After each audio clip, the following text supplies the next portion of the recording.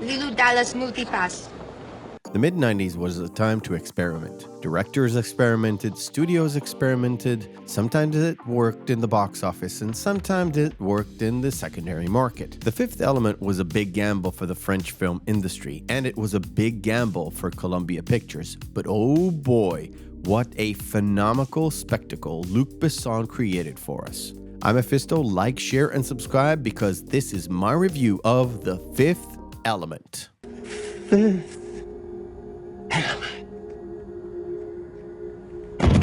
The Fifth Element came out in 1997, a year dominated by big box office films like Titanic, the Star Wars remasters, Con Air, Face Off, Air Force One, and more and more. But it stood out because of its style and its flair. It's a French film, but it's very American.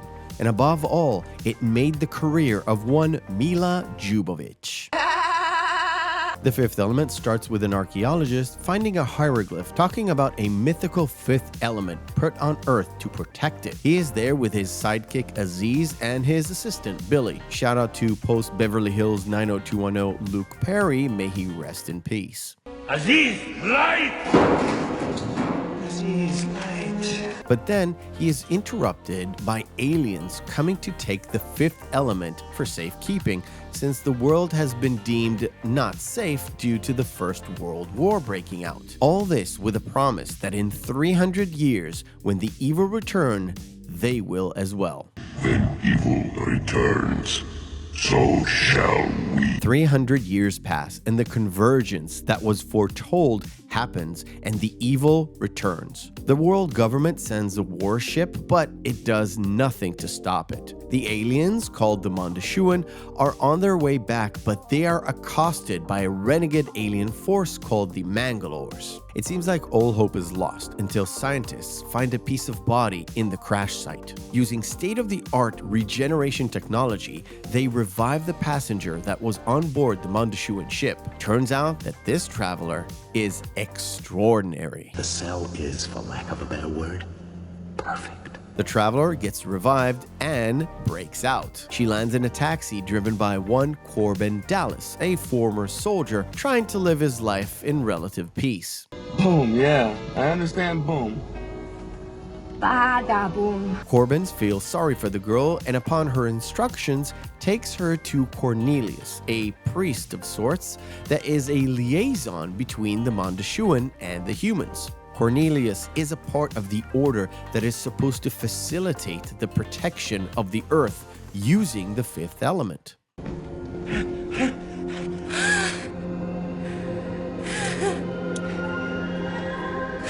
Turns out that the Mondoshuans were aware that the Evil One has plans, so they separated the four element stones and the fifth element on the way to Earth. So it is up to the humans to pick up the stones from the courier. This starts a race between many interested parties. The government, who wants to send the soldier, Cornelius, who wants to send his apprentice, and the Mangalores, who want to fulfill their deal with Zorg, an arms dealer and a human agent of the Evil One.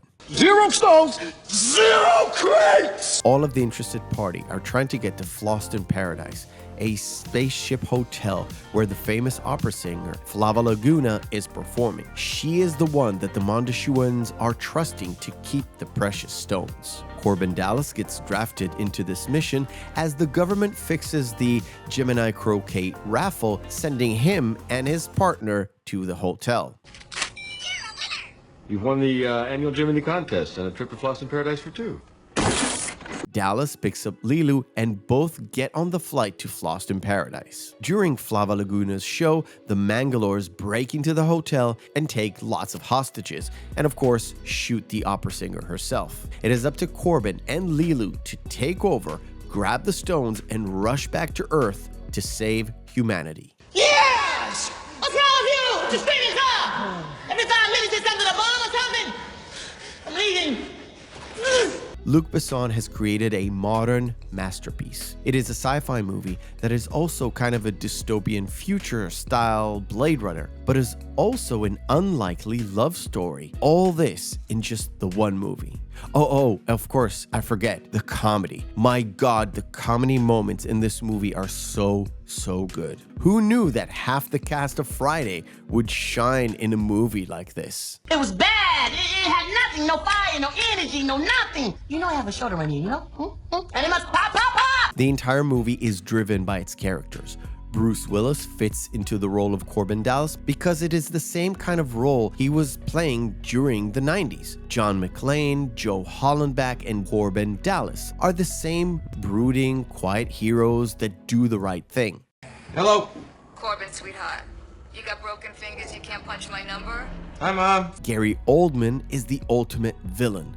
Jean-Baptiste Emmanuel Zorg is played perfectly. He is your classical comic book villain of the brainiac type. He is a wealthy guy, he's not physically menacing, he has a limp, he's trying to cover his tracks, and he has superior technology to try and win. This to me is just like Unbreakable, another Bruce Willis brooding hero film. He is the exact opposite of Corbin Dallas. Pitch and flank thrower. My favorite. Like I mentioned, the comedy aspects comes from an unlikely source, the character of Ruby Rhod, a flamboyant radio DJ.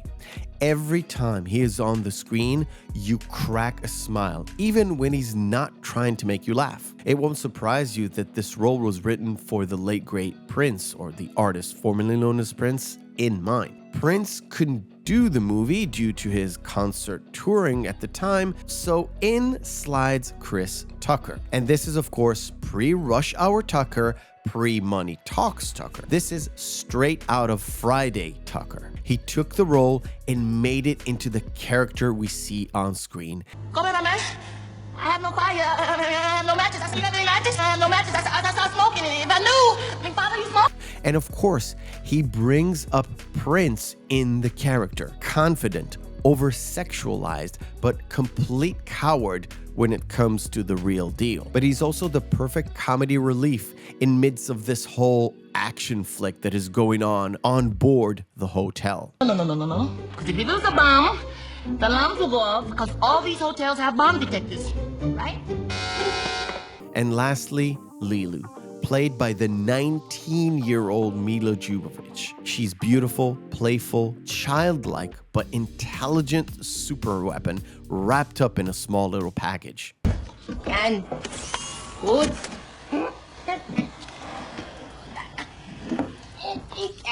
As the movie progresses, she learns more and more about the human experience, and we see her growth. She starts the movie needing protection and help and winds up clearing a room full of Mangalores by herself, Bruce Lee style, and circling all back around needing love and protection in order to defend the Earth. I don't know love.